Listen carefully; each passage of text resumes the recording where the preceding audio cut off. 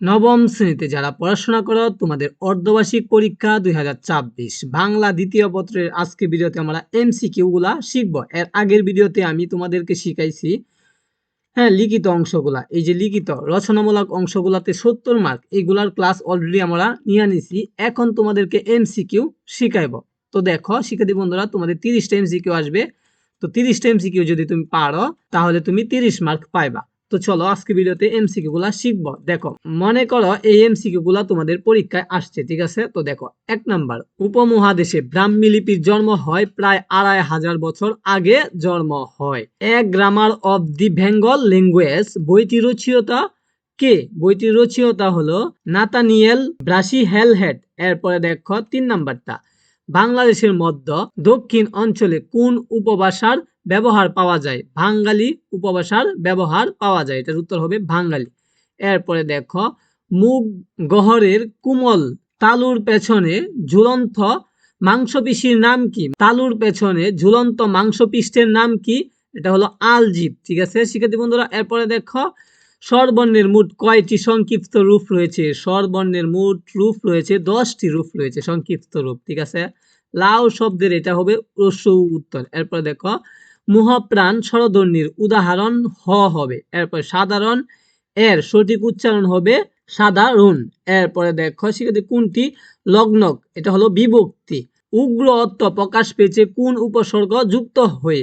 উত্তর হবে বদমেজাজ। এরপর 11 নাম্বারটা, নিচের কোনটি দ্বিগু কর্মদায় সমাসের উদাহরণ? ত্রিফলা, এটা অত্যন্ত গুরুত্বপূর্ণ, এটা মুখস্থ করে যাবা, ত্রিফলা। এরপরে দেখো শিক্ষার্থী বন্ধুরা, সন্ধি কত প্রকার? 3 প্রকার, এটাও গুরুত্বপূর্ণ। কোনটি অনুকার দ্বিত্বের উদাহরণ? এলোমেলু। এরপরে 14 নাম্বার, কোন শব্দটি প্রীতিবাচক? এটা হবে জেলেনি। এরপরে দেখো শিক্ষার্থী বন্ধুরা 15 নাম্বার, নিচের কয়টি কর্মবাচক শব্দ সংখ্যা? 3টি। নিচের কোনটি পর্তুগিজ শব্দ? পর্তুগিজ শব্দ হলো আলফিন, হলো পর্তুগিজ শব্দ।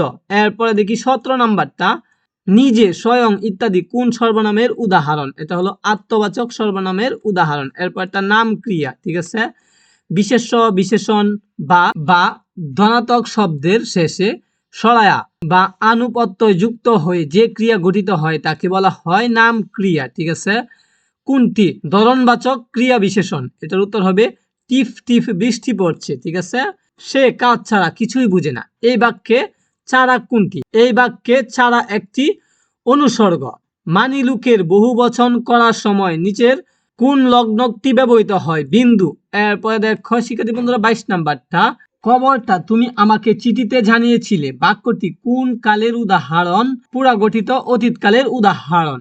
বাক্যের মধ্যে একাধিক শব্দ গুচ্ছকে কি বলা হয়? একাধিক শব্দ গুচ্ছকে বর্ণ বলা হয়ে থাকে, ঠিক আছে।